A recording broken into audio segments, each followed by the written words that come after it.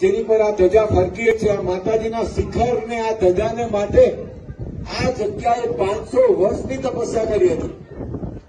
આપ સર્વે જાણો છો, આ મંદિરમાં આપ લોકો આવેલા છો, આપણે દેખેલું છે. આ મંદિર ખંડિત મંદિર, શિખર વગરનું મંદિર, એની પર જે ઢાંચો હતો, એ દરમિયાન જયારે પણ ભાવિ ભક્તો દર્શન માટે આવતા હતા, દૂર દૂરથી ભાવિ ભક્તો આવતા હતા, દર્શન કરતા હતા, પોતાનું શીખ માતાજીના સન્મુખ નિહાળતા હતા, પણ હૃદયની અંદર એક દુઃખની લાગણી સાથે જતા હતા. સર્વે હિન્દુઓ જાણો છો, આપણો સનાતન ધર્મ કહે છે કે મંદિર પર ધજા ફરકવી જોઈએ, પણ આપણી મજબૂરી હતી.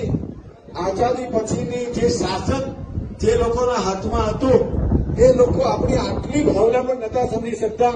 અને ગર્વથી કહું કે માનનીય નરેન્દ્રભાઈ મોદીજીએ સર્વ તકલીફોને બાજુ પર મૂકીને પ્રાર્થના આપણે આપણું સમસ્ત શિખાગ્રસ્ત મંદિર બનાવી આપ્યું. અને આજે આપણે બધા આ પ્રાર્થનાગઢમાં છીએ. એમને હૃદયથી ખૂબ ખૂબ શુભકામનાઓ. સાહેબ, બીજું ઉદાહરણ આપણે થોડા દિવસો પહેલા જોયું છું, રામ મંદિર. રામ મંદિર વર્ષોથી તમારું મંદિર જ્યાં હોય એની પર કોઈ આક્રમકતાએ આક્રમણ કરીને તોડી નાખીને ખરાબ ભાવનાથી ઉપર ઢાંચો બનાવી દીધો હતો. આ દેશની મજબૂરી જુઓ, આપણી મજબૂરી જુઓ. આપણે શાસન એવા લોકોના હાથમાં હતું કે એ લોકો એવી વાત કરે કે રામનું અસ્તિત્વ છે કે નહીં. જે લોકો રામનું અસ્તિત્વ વિશેની વાત કરે તો એ દેશની અંદર આપણે હિન્દુ તરીકે આપણને આપણી મન ખડા કરે. ગમે તેટલી સફળતા મળી હોય, ગમે તેટલી આઝાદી મળી હોય, ગમે તેટલા આપણે લોકો સક્ષમ હોઈએ આર્થિક રીતે, પણ જે દેશની અંદર આપણા રામ ભગવાન જેની પેઢીના વાસાય છે, એના જન્મસ્થળ વિશે પણ જો આપણને કોઈ એવું કહેતું હોય કે તે અસ્તિત્વ છે કે નહીં, દુઃખ થતું હતું. ખરેખર આપણા વર્ષોથી પેઢીઓની પેઢીઓએ પોતાનું બલિદાન આપ્યું છે, પેઢીઓની પેઢીએ પોતાનું દિવસ રાત એક કર્યા છે, લાખો હજારો લોકો મરી ગયા છે, અને ઘણી પેઢીઓ બાધા લીધી છે અને પોતાની મનની આશા રાખીને ઇવન એ લોકો મૃત્યુ પામ્યા છે.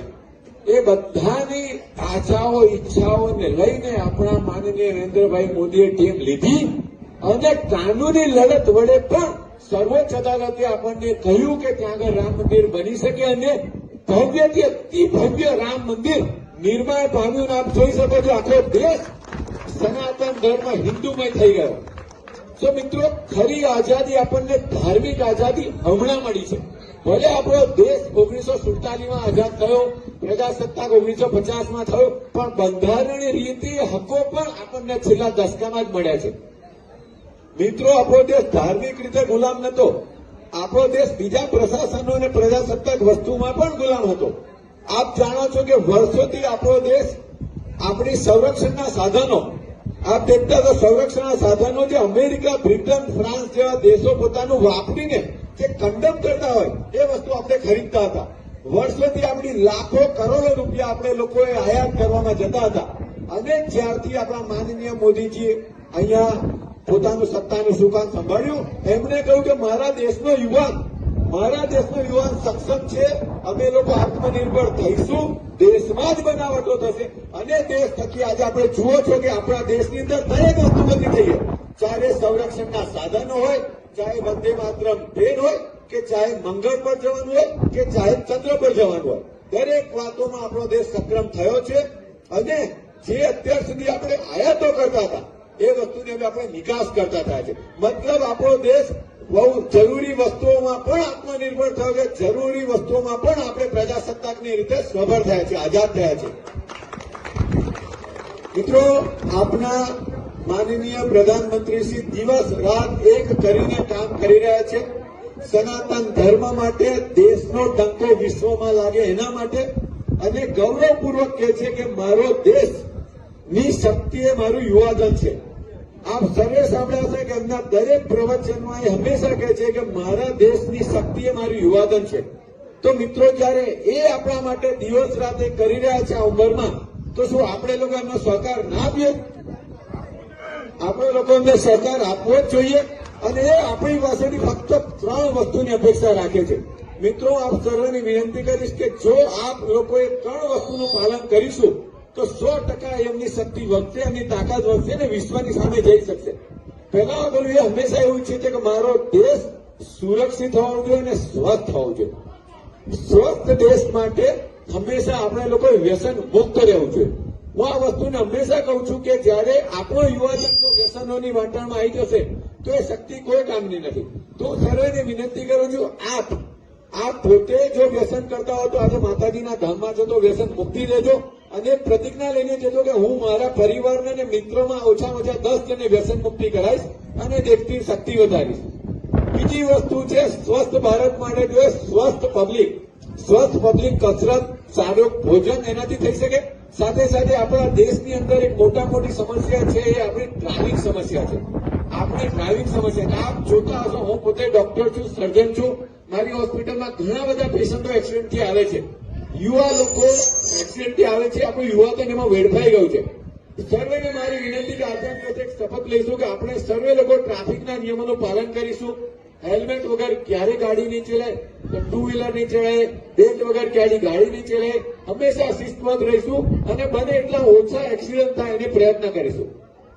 અને ત્રીજું છે મારું સ્વચ્છ દેશ. મોદીજી વારંવાર સ્વચ્છતા માટે કહે છે, હંમેશા કહેતા રહે છે. આપ સર્વે લોકો પદયાત્રામાં ઉપર નીચેથી ઉપર આવ્યા હશો. આપણે જોયું છે કે રસ્તામાં ઘણી જગ્યાએ લોકો કચરો નાખે છે. પ્રશાસન વારંવાર એને સફાઈ કરે છે પણ કચરો આપણે જનરેટ કરીએ છીએ. તો ત્રીજી પ્રતિજ્ઞા આજે આપણે એ પણ લઈશું કે હું કચરો નાખીશ નહીં અને મારા મિત્રોને કચરો નાખતા રોકીશ. મિત્રો, આપણે આપણા દેશને સક્ષમ બનાવવાનો છે. આપ જુઓ છો અત્યારે દેશ ભયંકર પ્રગતિ કરી રહ્યો છે. જોવાલાયક અસંખ્ય સ્થાનો દેશમાં બની રહ્યા છે. આપણું દેશ વિશ્વ ફલક પર વધી રહ્યું છે. દેશ વર્લ્ડની ચોથી ઇકોનોમી બન્યું છે. જે આજથી 15 વર્ષ પહેલા 10મા નંબરે હતા, આપણે 4થા નંબરે પહોંચી ગયા છે. માનનીય પ્રધાનમંત્રીજીની નેમ છે કે એ આવતા વર્ષોમાં 3જા નંબર પર લેવા જઈ રહ્યા છે. ત્યારે આટલો સારો વિકાસ દેશમાં થઈ રહ્યો હોય તો એક નાગરિક તરીકે આપણે સર્વેની ફરજ હોવી જોઈએ. એવું નહીં કે 15મી ઓગસ્ટ અને 26મી જાન્યુઆરી જ આપણામાં રાષ્ટ્રભક્તિ લાગે. જાપાન દેશના માણસોને જોઈને પણ આપણે સમજવું એ લોકોમાં જે દેશભક્તિ છે એ દેશભક્તિ આપણે લોકોએ આખું વર્ષ રાખવાની છે. અને આજે આ માતાજીના પ્રાંગણમાંથી મા કાલિકા માતાજીને પ્રાર્થના કરું છું, હે માતાજી, અમારા આવેલા સર્વ ભક્તોની તમારી ભક્તિ જે કરીએ છીએ એના પુણ્ય રૂપે થોડું પુણ્ય અમારા માનનીય પ્રધાનમંત્રી મોદીજીને આપજે.